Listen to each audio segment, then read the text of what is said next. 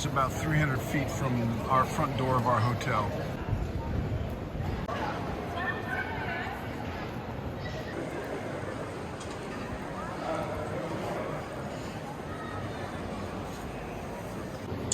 This church has incorporated Roman artifacts into its facade here. The whole front of the building here. There's a fresco. Another fresco that was probably taken from somewhere. There are more, looks like Roman sarcophaguses. Sarcophagi, I don't know, or somebody's in here.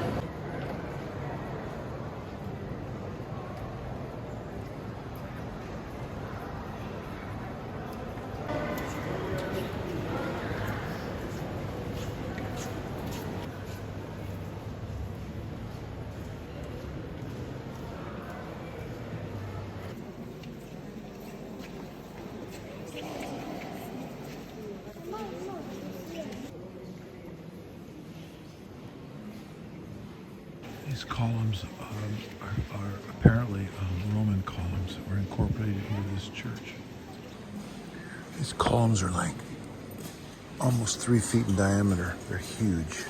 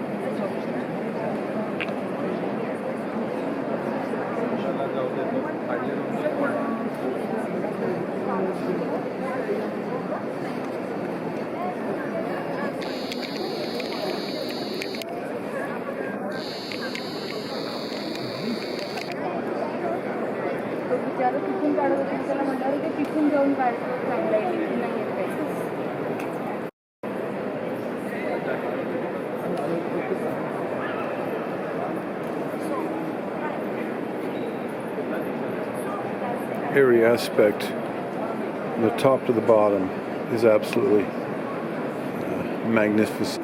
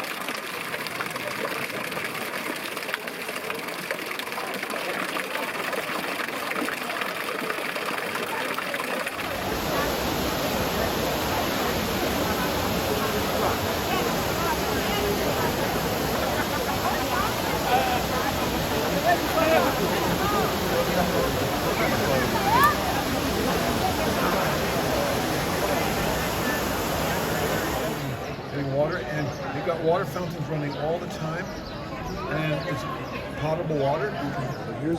Here's the little restaurant.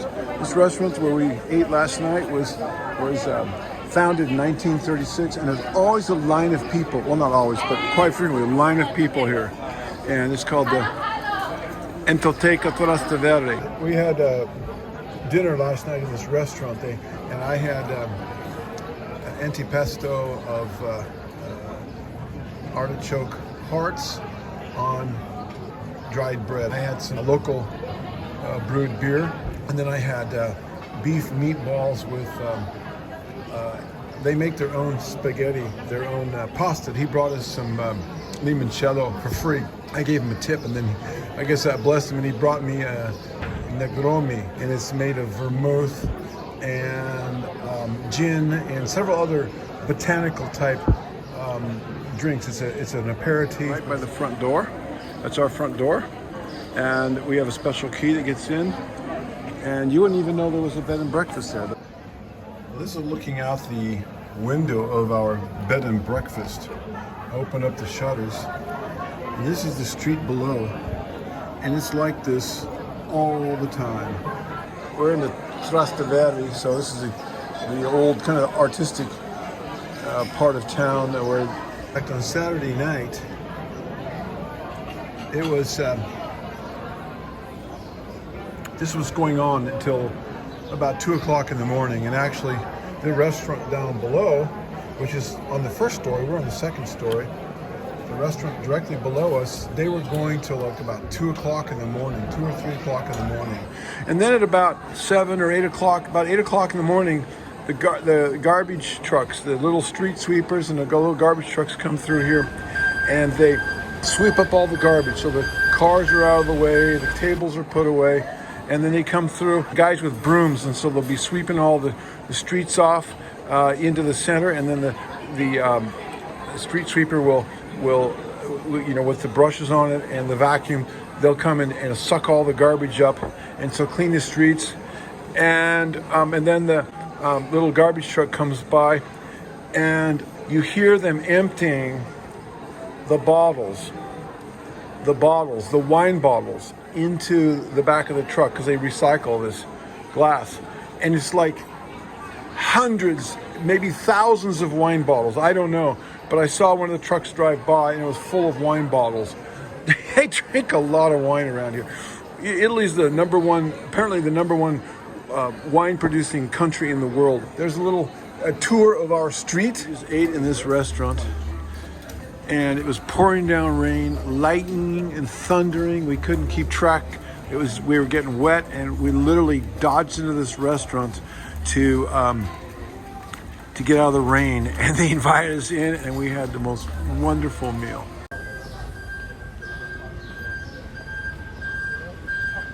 Looking at these gigantic sycamore trees this one's about 5 feet in diameter. They're about 90 feet tall.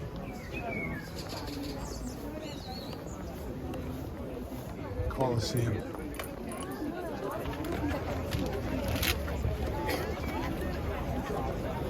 Chi presto quanto regolare ce l'ho adesso, quanto regolare è finito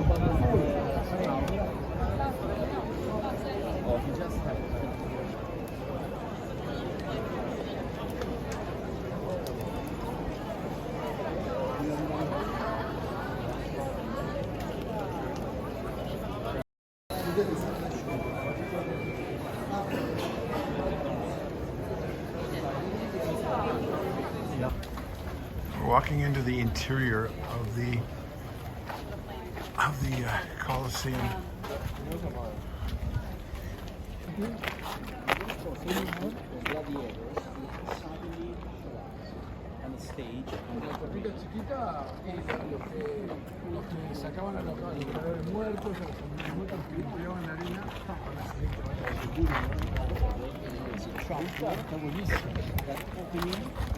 Why they use bronze cross in place of the imperial seats. Well, if it's okay for you, I can give you 5 minutes of free time so you can take pictures.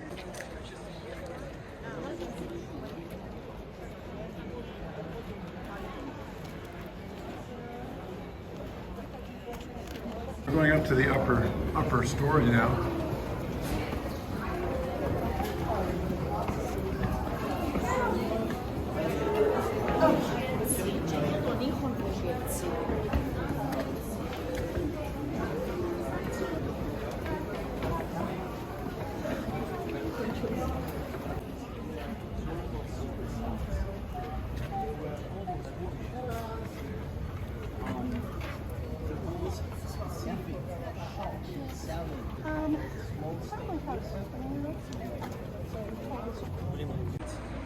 One of the opponents, the loser, was killed. This is not 3D, this is not accurate at all because most of 80% of gladiators where took place chariot races. And so before chariot races there were executions along the streets, but not here in the Colosseum. So why? Overlook of the Roman Forum.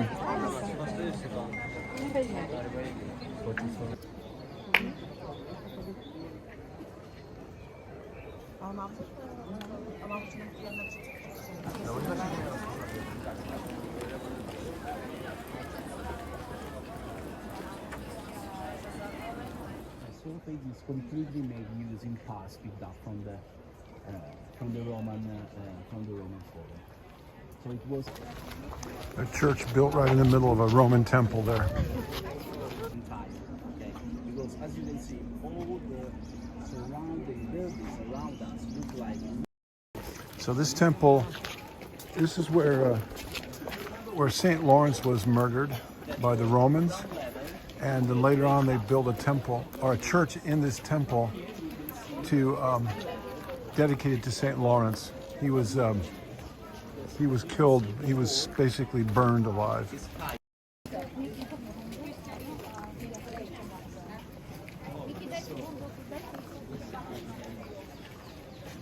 Those lines in the columns represent, or is where the later on Christians tried to pull the columns down with cables, and they failed.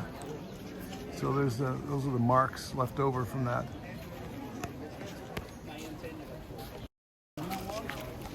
This is a type of marble called onion marble because it looks like an onion. So this was Nero's villa is underneath this church. These churches are from the Middle Ages, and the tower, and but it was built on the foundation of Nero's house, the palace. This is the God of agriculture was considered. This temple was built for the god of agriculture, and it's the oldest temple in the Forum. About 400 plus BC it was built. So this here is the remains of a temple that was built to Julius Caesar, who defeated the Gauls and took over what's now France in about 47 or so BC. This is another temple to one of the empresses.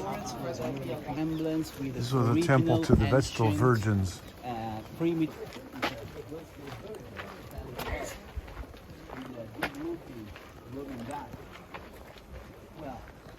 We're in the area of the Vestal Virgins. This is where the Vestal Virgins lived, and it was their job to keep the eternal flame burning in the temple, which, if the eternal flame was kept burning, then this protected the Roman Empire from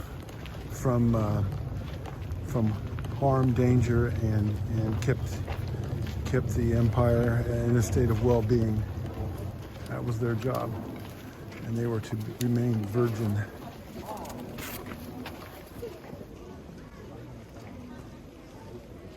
These are umbrella pines, native all over this area in France and North Africa, and it's what the pine nuts are made out of. It is pine. They produce pine nuts, from which the pesto sauce is made. Triumphal Arch, dedicated 203. After, It was built after the defeat of Persia, the Eastern Roman Empire. Middle East, or Curia Julia. As we can easily understand from the name Julia, it was started on that. This is the Arch of Constantine. Constantine the Great. So here was the source of money for the Colosseum. Titus's Arch, and the money taken from the temple in Jerusalem funded the building of the Colosseum. Was easily able to defeat Jews, and thanks to the easily recognized the 7 armed Jewish empire.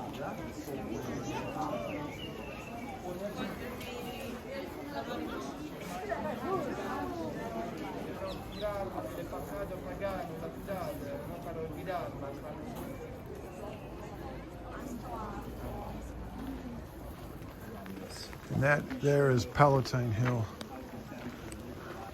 Now we're climbing the road up to the top of the Palatine Hill. Here's Titus's Arch, and there's the Colosseum. Titus's Arch. Titus was the son of Vespasian the emperor, and when he defeated Jerusalem, the loot that they took from the temple in Jerusalem was able to finance the building of the Colosseum.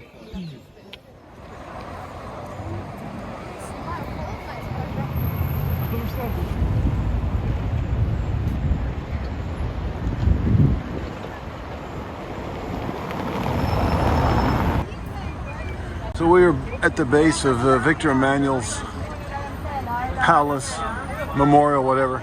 And these are some Roman ruins.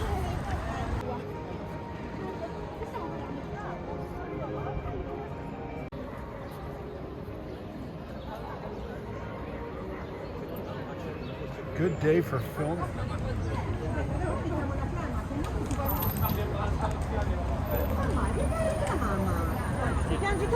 There's a cool fresco.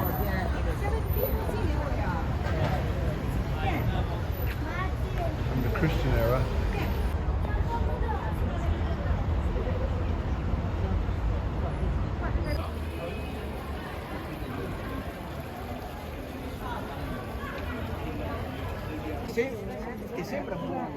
The way that they're like.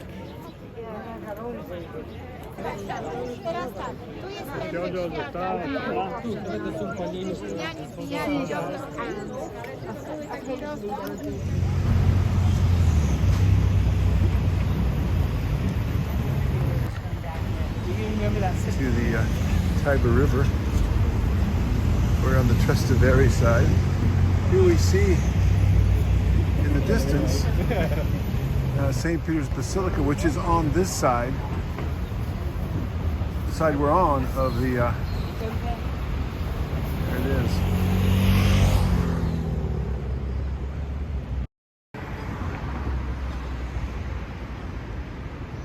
So we're walking through the main entrance, or an entrance of the Rome Botanical Gardens in the Trastevere neighborhood of Rome. So coming here is kind of a nice respite after fighting the cars and the traffic and the people, all the places we've been up to this point. They have 700 kinds of bamboo, or bamboo garden, which is pretty impressive. We've been all over the place. This is where we're ending up our visit in Rome. But after fighting the massive crowds at the Colosseum, the Roman Forum,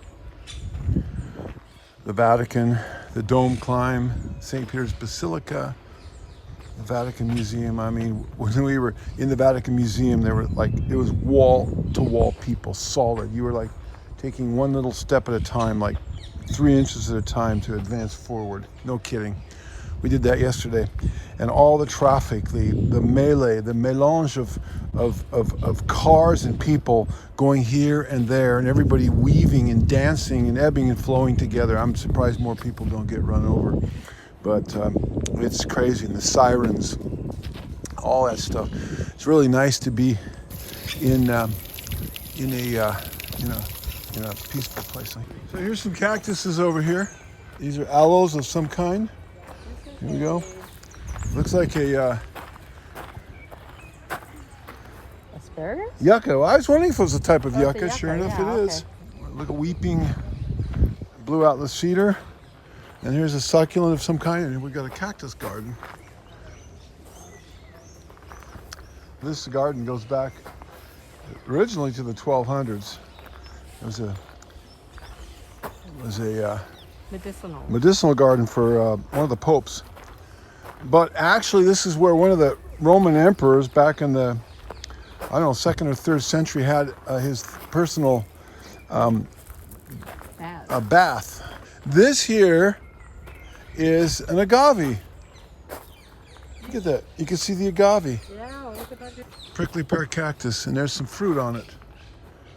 And make prickly pear cactus fruit jam, jellies, liqueurs, put it in margaritas.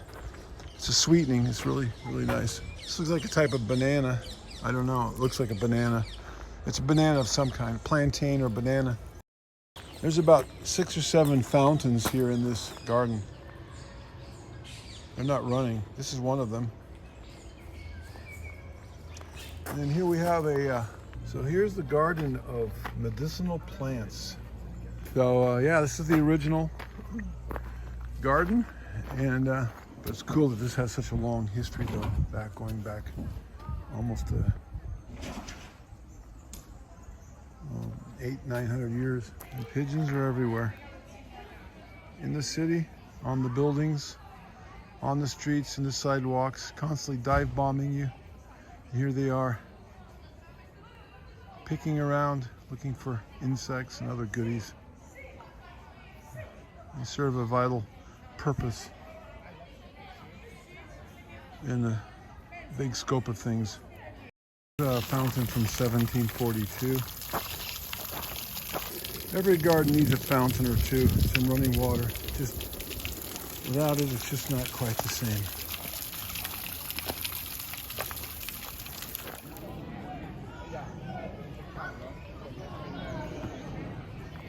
Going into the butterfly gardens now.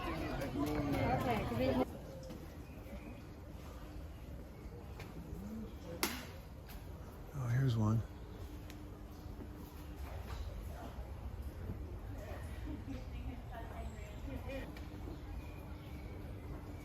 Blue. There you go. If he opens his wings, you'll be able to see. There you go. Wow. And where's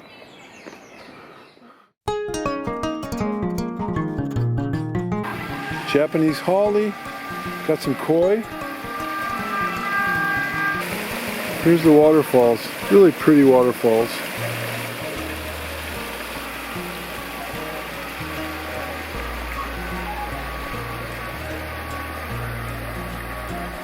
And here's the rest of the pond.